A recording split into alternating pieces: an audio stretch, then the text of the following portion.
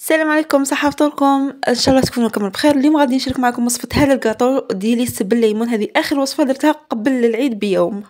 هنا عندي 500 غرام زبده تكون طريه، عليها 3 صفار بيض، ملعقه لافاني،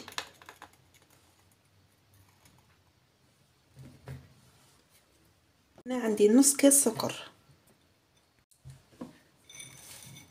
نغربله، ربيت حبه عليم، نزيدو مبشور حبه ليمون،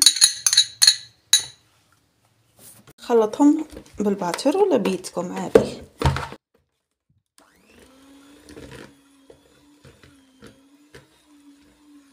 لازم نخلطو مليح مليح حتى لي هكا تولينا كيما الكريمه.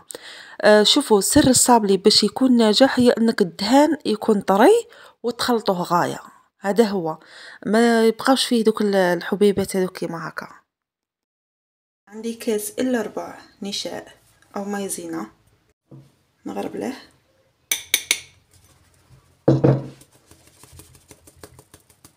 نخلط،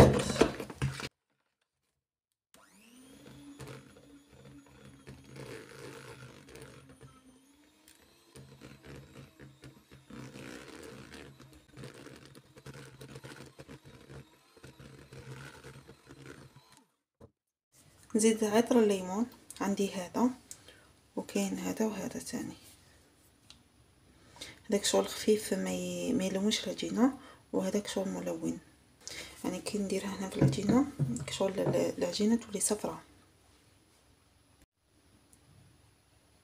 ندير قد ملعقه،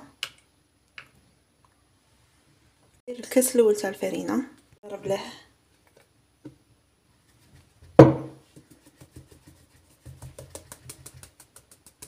نزيد الكاس الثاني،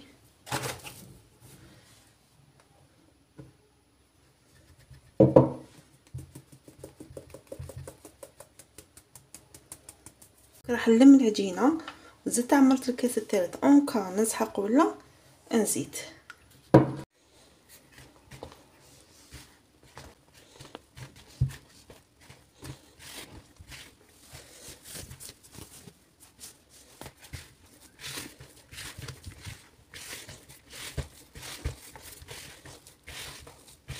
مازال يخصني الفرينه، غادي نزيد غير بشويه.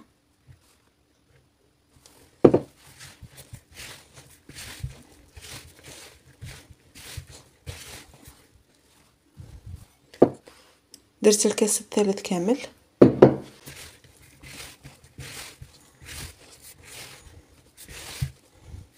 ها هي العجينه هنا راهي واجده.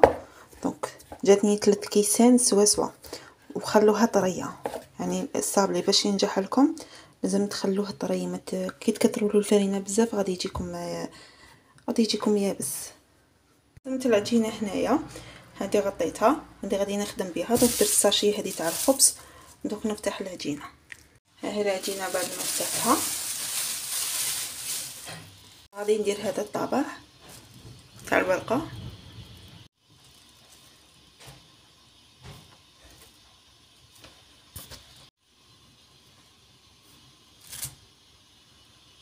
شعلت الكوشه والكاطو ها هو لا درته فسني، ودوك غادي نديره يطيب. بالنسبه للكريمه اللي لصقت بها الكاطو تاعي، انا صورت الوصفه بالتفصيل ومع التالي لقيت البورطابل ما صور والو.